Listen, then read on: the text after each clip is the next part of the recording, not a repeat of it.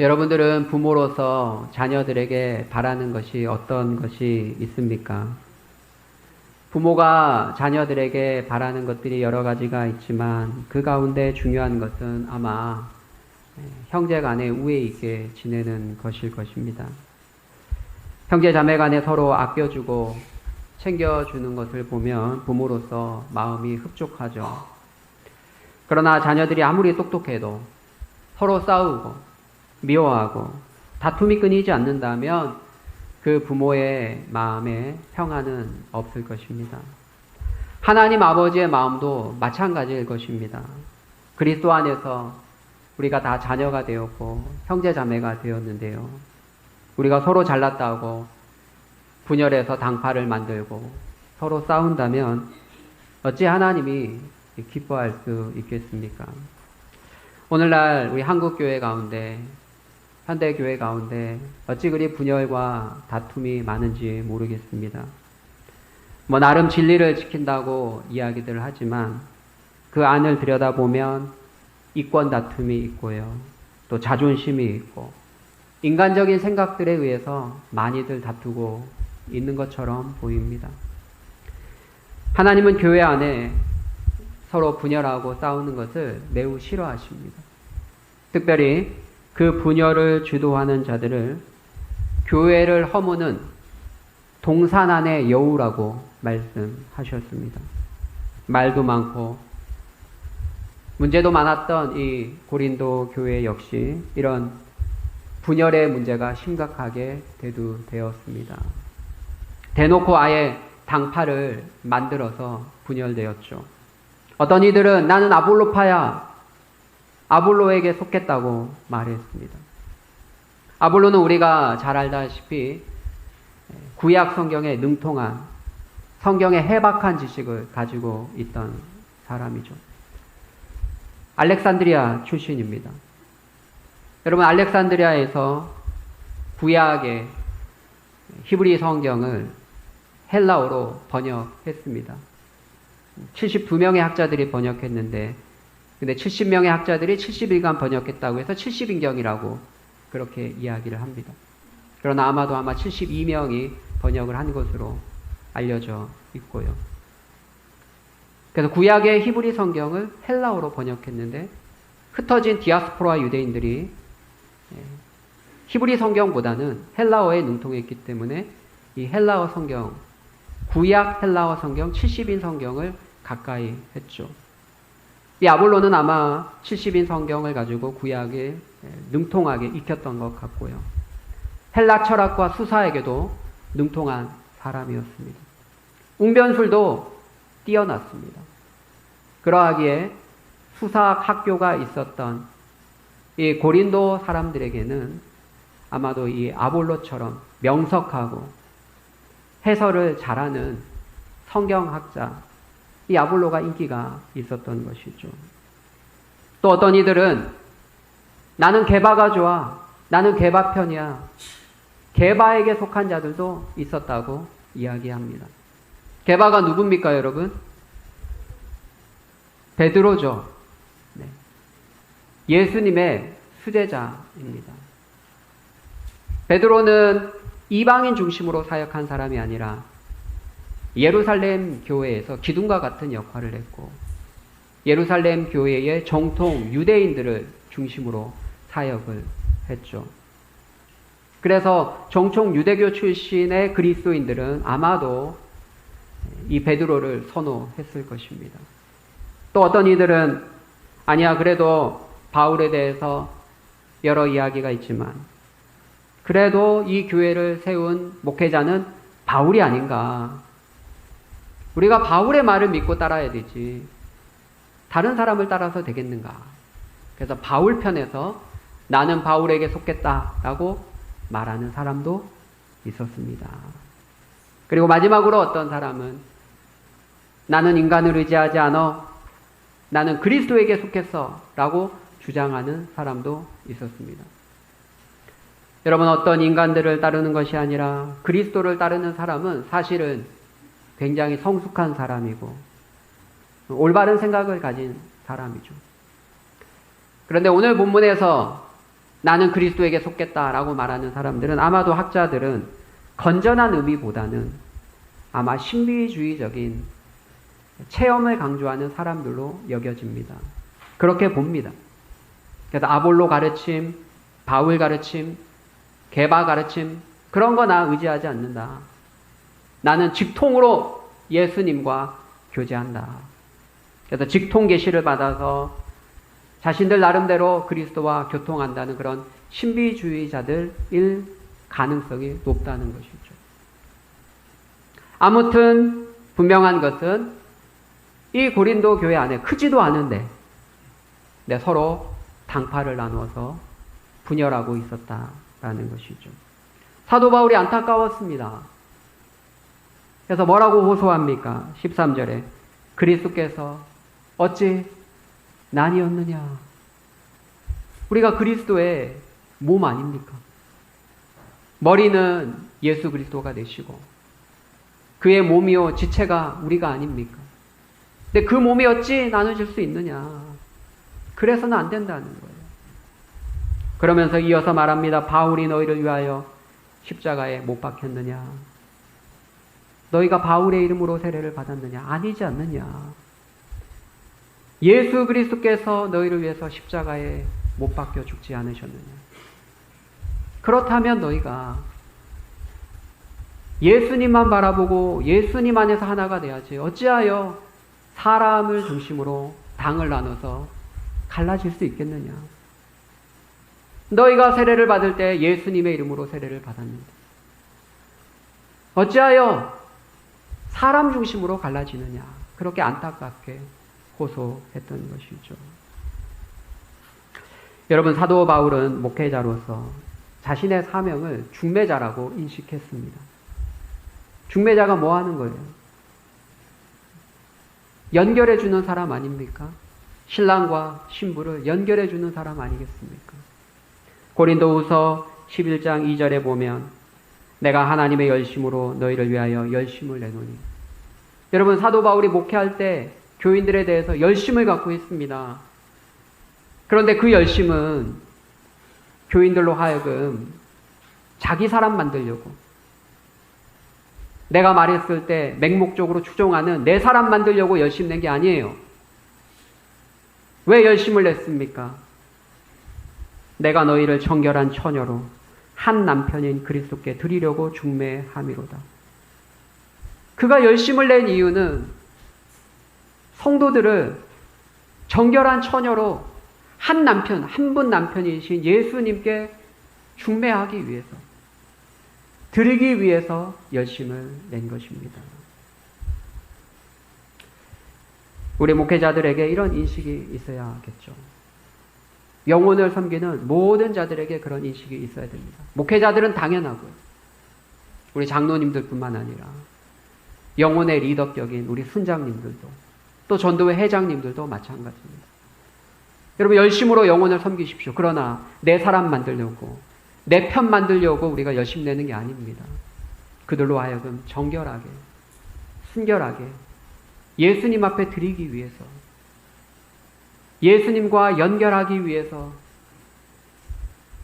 예수님과 온전한 연합을 이루도록 하기 위해서 우리가 열심을 내는 것이죠. 오늘날 많은 목회자들이 은연중 성도들을 섬길 때에 그리스도의 종이 아니라 자신을 따르고 자신의 말에 맹목적으로 추종하는 그런 사람을 만들려는 시도를 하고 있습니다. 이것은 아주 잘못된 일이고 매우 위험한 생각입니다. 왜냐하면 목회자들조차 매우 연약하고 생각과 행동에 있어서 매우 불완전하기 때문에 그렇습니다. 그러하기에 우리가 목회자만 믿고 따라가면 우리는 멸망에 이를 수도 있습니다.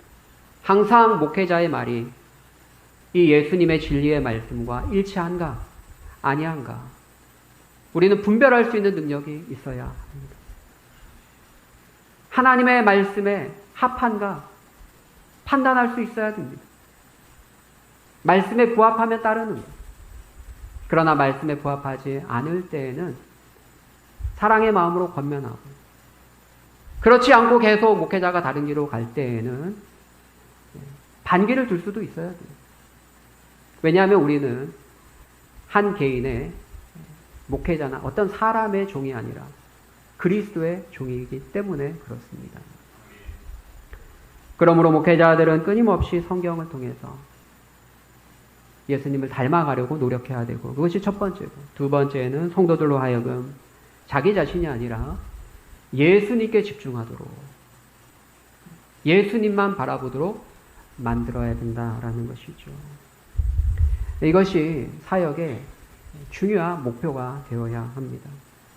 그렇지 않으면 고린도 교회와 같이 사람들이 당을 나눠서 팔을 갈라서 서로 싸우고 분열할 수밖에 없는 것이죠.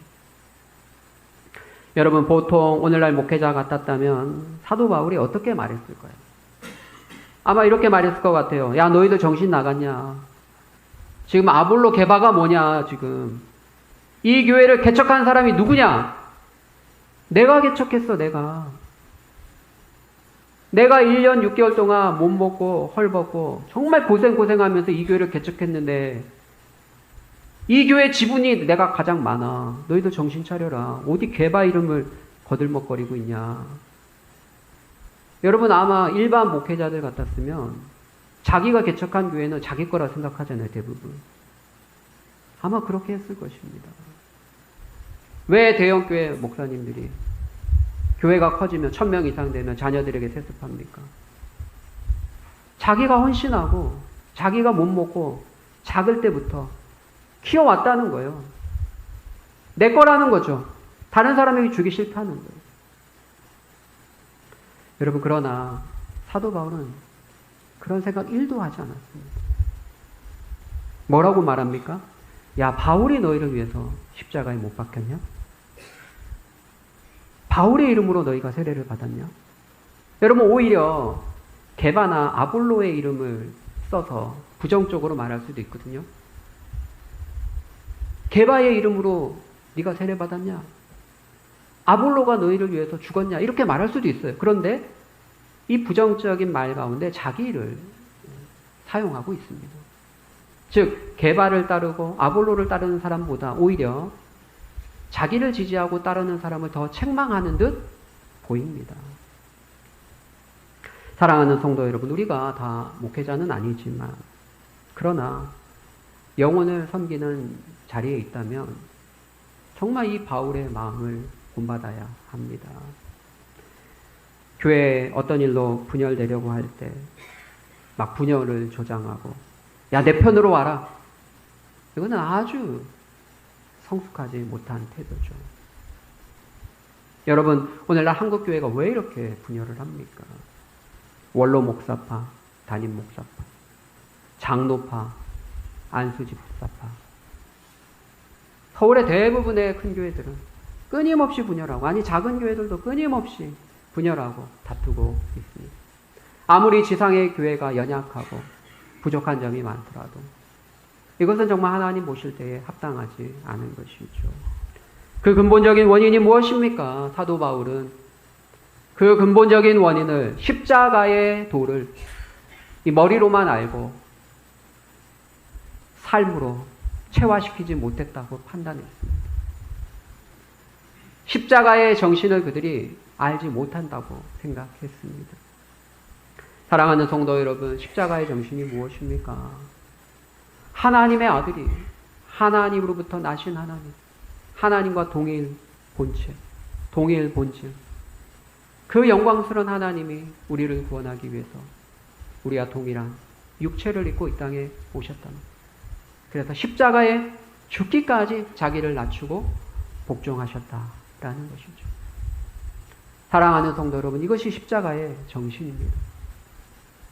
우리가 정말 십자가의 도를 믿는 사람들이라면 이 십자가의 정신을 우리 삶에서 구현할 수 있어야 된다는 것이죠. 십자가의 도를 내 머리로만 아는 것이 아니라 삶의 체화에서 자기를 부인하고 자기를 낮출 수 있어야 합니다. 내 자존심 내려놔야 됩니다, 여러분. 이권을 내려놔야 됩니다. 내 기존의 생각과 편견들을 내려놓을 수 있어야 합니다. 왜 교회 안에 다툼이 있습니까? 예수님보다 내 자존심이 더 중요해요. 그러면 안 돼요. 자존심이 상하지만 내가 그것 때문에 화내고 그것 때문에 내 주장을 하면 교회가 분열되고 어렵게 될 것을 안다면 죽어야죠. 자기가 죽어야죠. 나는 죽고 예수로 사는 사람. 나는 철저히 낮추고 내 생각, 내 편견 내려놓고 어찌하든지 교회가 하나 되고 어찌하든지 예수 그리스도가 존귀하게 되기를, 그 목적을 가지고 우리가 신앙생활을 해야 된다라는 것이죠. 우리 한 사람 한 사람, 뭐 리더는 말할 것도 없고 우리 장로님들은 말할 것도 없고 항상 중심을 예수님께, 예수님의 이름을 존귀하게 하는 것, 그것이 우리 신앙생활의 목적이 되어야만 교회가 하나가 되는 줄 믿습니다. 사도 바울은 그 십자가의 정신을 강조하고 있는 것입니다. 여러분, 세상 사람들은 이 십자가의 정신과 이 십자가의 도를 알까요? 그들은 알지 못합니다. 그들은 깨닫지 못합니다. 왜냐하면 십자가는 철저한 패배와 부끄러움의 상징이기 때문에 그렇습니다. 인류를 구원하는 구원자가 어찌 십자가에 나약하게 못 박힐 수 있겠습니까? 그런 복음을 믿으라고요? 누가 믿겠습니까? 더군다나 유대인들은 더 믿을 수 없죠. 왜냐하면 율법에 의하면, 모세 오경의 율법에 의하면 나무에 달린 자마다 하나님의 저주를 받았다고 기록하고 있습니다. 여러분, 나무에 달린 자는 하나님의 저주를 받은 거예요. 율법에 그렇게 기록되어 있어요. 근데 예수님이 십자가에 나무에 달려 돌아가셨는데 어찌 그런 자가 구원자가 될 수 있겠습니까? 그러니까 유대인들에게는 이 십자가의 복음이 걸리는 돌입니다. 받아들일 수 없는 거예요. 그들의 율법적 지식에 의하면 예수님은 구원자가 될 수 없습니다. 그러면 여러분, 헬라인들에게는 어떨까요? 헬라인들은 지혜를 추구하던 사람이죠. 철학에 폭 빠졌던 사람이죠. 철학이란 자체가 사실은 지혜를 사랑하는 것이죠. 그 원어 의미가 그렇죠. 세상적인 지혜로 보면 어찌 십자가에 나약하게 못 박힌 자가 구원자가 될 수 있겠습니까? 모름지기 구원자라면 큰 전쟁에서 승리를 이끈 위대한 장수라든지 아니면 제갈량처럼 뛰어난 모략가 정도는 돼야 되지 않겠습니까? 그래서 사도 바울이 말하는 거예요. 그래, 너희들이 맞다. 너희들이 가지고 있는 구원자의 기준에서 보면 이 십자가의 도가 어리석게 보인다. 너희들의 이 세상적인 기준에서 보면 예수님이 절대 구원자가 될 수 없지. 어리석게 보이지. 거치는 돌처럼 보이지. 그러나 하나님이 이 어리석게 보이는 미련한 방법으로 믿는 자들을 구원하기를 기뻐하셨다. 그 이야기를 하고 있는 것입니다. 그래서 18절에 십자가의 도에 대해서 뭐라고 말합니까? 십자가의 도가 멸망하는 자들에게는 미련한 것이요, 구원을 받는 우리에게는 하나님의 능력이라. 할렐루야. 십자가의 도가 믿는 우리에게는, 우리를 구원하시는, 죄인을 구원하는 하나님의 능력이 되는 줄 믿습니다. 근데 세상 사람들은 몰라요. 인간의 머리로 이해하려고 하면 깨달을 수가 없는 것입니다. 십자가의 도는 신비입니다. 역설입니다. 당시 유대인들은 무엇을 구했습니까? 당시 유대인들은 모름지기 구원자가 되려면 위대한 기적과 이적을 보여야 돼. 예수님에게 무엇을 보여달라고 했습니까? 더 큰 표적을 보여달라고 했습니다. 사실 예수님이 어마어마한 표적들도 많이 보여주셨습니다. 그러나 그곳에 만족하지 못하고 불신이 있으니 더 큰 표적을 구했습니다. 예수님이 오병이어 기적을 보였죠. 여러분 그 정도 되면 예수님이 구원자가 맞다. 그렇게 생각해야 되는 것 아닙니까? 그런데 그들은 나와서 뭐라고 얘기합니까? 예수님 모세는요. 우리 조상들에게 40년 동안 하늘에서 만나를 내려서 먹이게 했습니다. 그러니까 그깟 오병이어 기적 그거보다 더 많은 것들을 보여달라는 거예요. 그때 예수님이 뭐라고 말씀하셨습니까? 야 너희가 잘못 착각하고 있어. 그 모세가 준 게 아니라 하나님이 내려주신 거야. 고쳐주셨습니다. 그들의 잘못된 생각을 고쳐주셨어요. 그리고 모세가 내려준 그 떡을 먹고 너희 조상들은 죽었니 살았니? 그거 먹고도 죽지 않았느냐? 그거는 예표에 불과해요. 하나님이 하늘로부터 내려오는 참떡이 있는데 그 떡이 바로 나다. 나는 생명의 떡이다. 나를 먹는 자는 죽지 않는다. 그렇게 말씀해 주셨어요.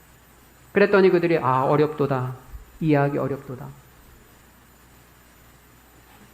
복음의 진리는 이성으로 깨닫는 것이 아니에요. 그들은 늘 뭔가 보여달라고, 표적을 보여달라고 요구합니다.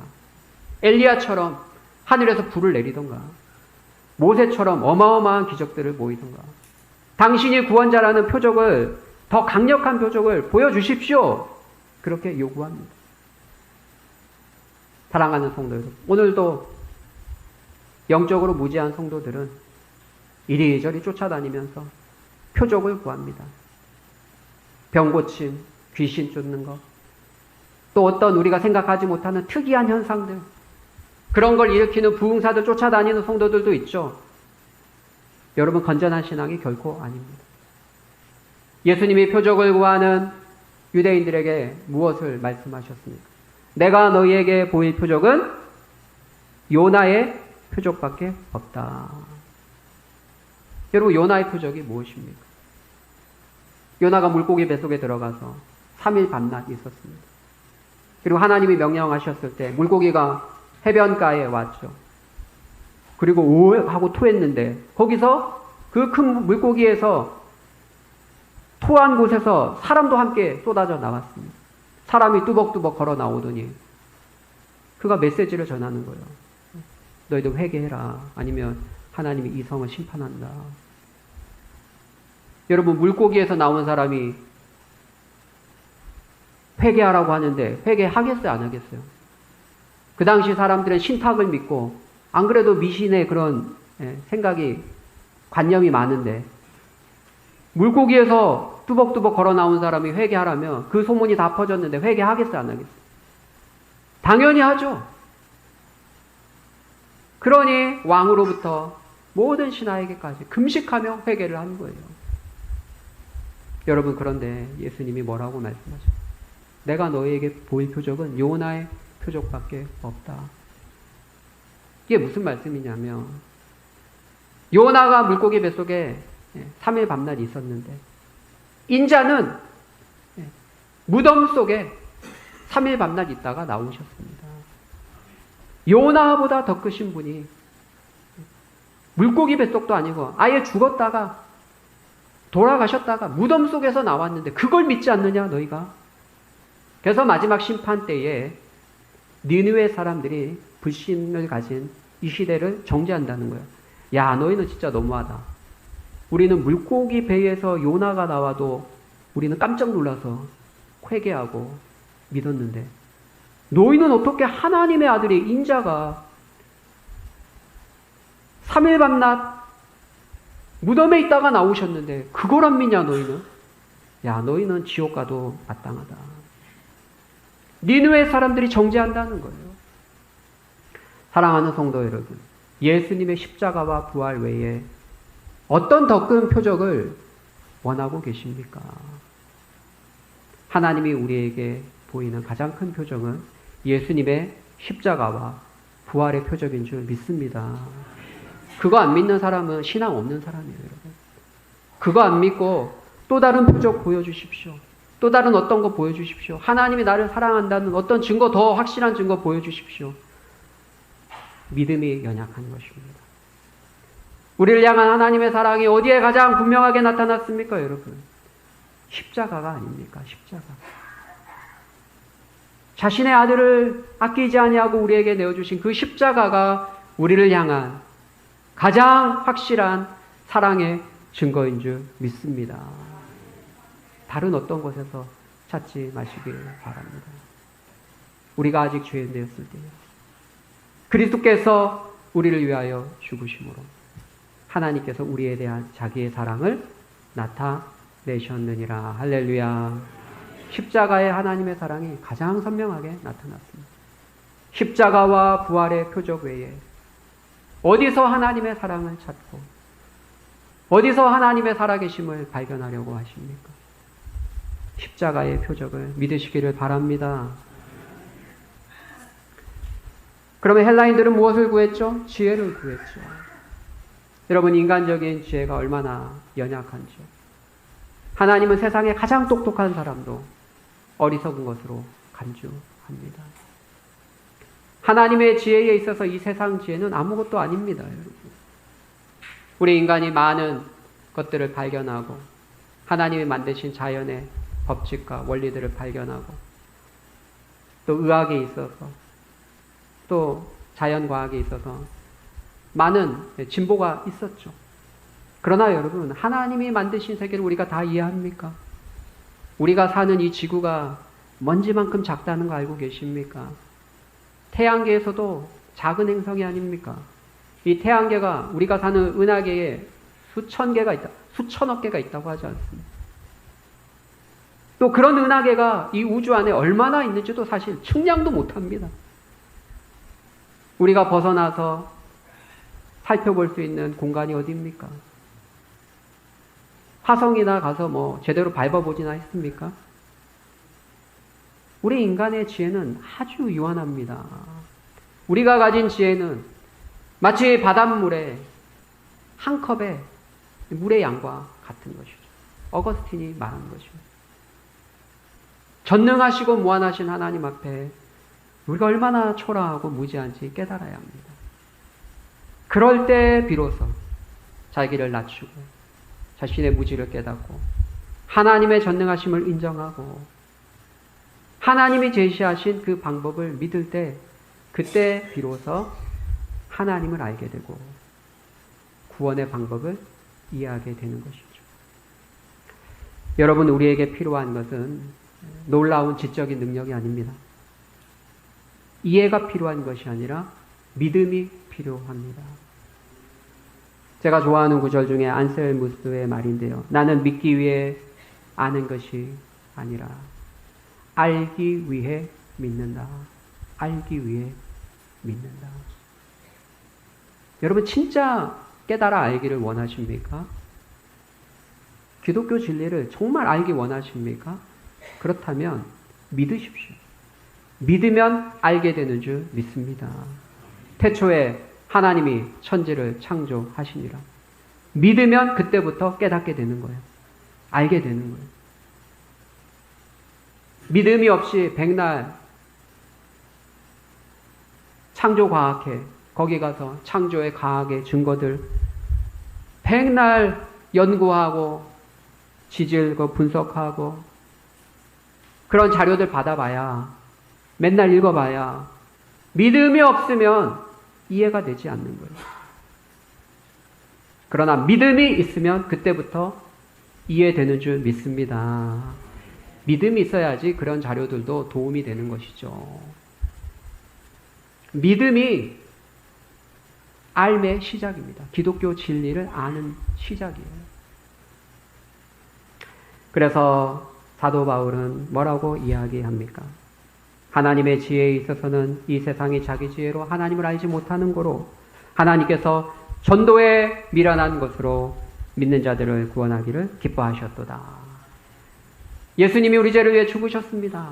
세상 사람들에게 미련해 보입니다. 뭐 그런 복음이 다 있냐? 아니 구원자가 왜 죽냐?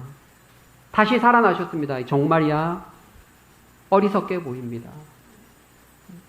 그러나 하나님께서는 세상 사람들이 미련하게 보이는 이 전도의 방식, 복음의 내용을 통해서 우리에게 구원을 베푸시는 줄 믿습니다.